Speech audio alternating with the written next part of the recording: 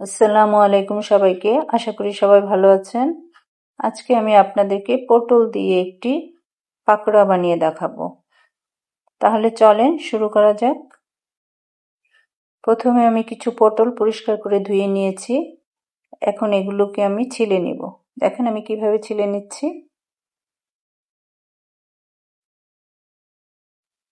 দেখেন সবগুলো আমি ছিলে নিয়েছি। এখন এগুলোকে কেটে নিব। ভিতর থেকে চামচ দিয়ে বিচিগুলো ফেলে দিব। তারপরে দেখেন কিভাবে কেটে নিচ্ছি।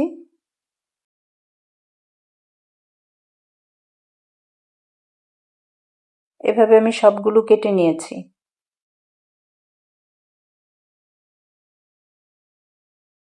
নিয়ে নিচ্ছি একটি মিক্সিং বোল। মিক্সিং বোলে নিয়ে নিচ্ছি 1 কাপ বেসন,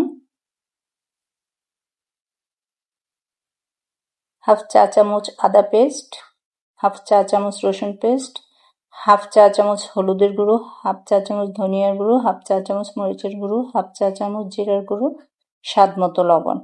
সব একসাথে দিয়ে বেসনটা আমি মিক্সড করে নেব। নর্মাল টেম্পারেচারের পানি দিয়ে আমি বেসনটা গুলে নেব। দিয়ে দিব 2 টেবিল চামচ চালের গুঁড়ো। চালের গুঁড়োটা দিলে পাকোড়াটা মুচমুচে হবে।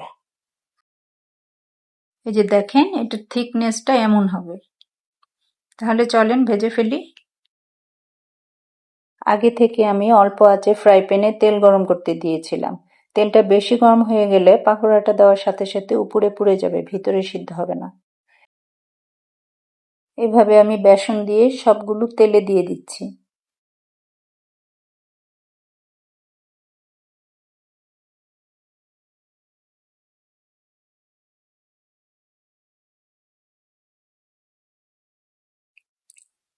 এভাবেই আমি সবগুলো ভেজে নিব।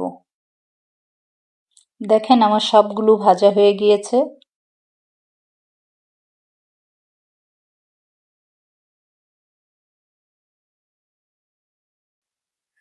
একটা আমি আপনাদেরকে ছিঁড়ে দেখাচ্ছি। ভিতরটা অনেক সফট হয়েছে আর উপরেরটা মুচমুচে হয়েছে। আবার দেখা হবে নতুন কোনো রেসিপি নিয়ে। সবাই ভালো থাকবেন। আল্লাহ হাফেজ।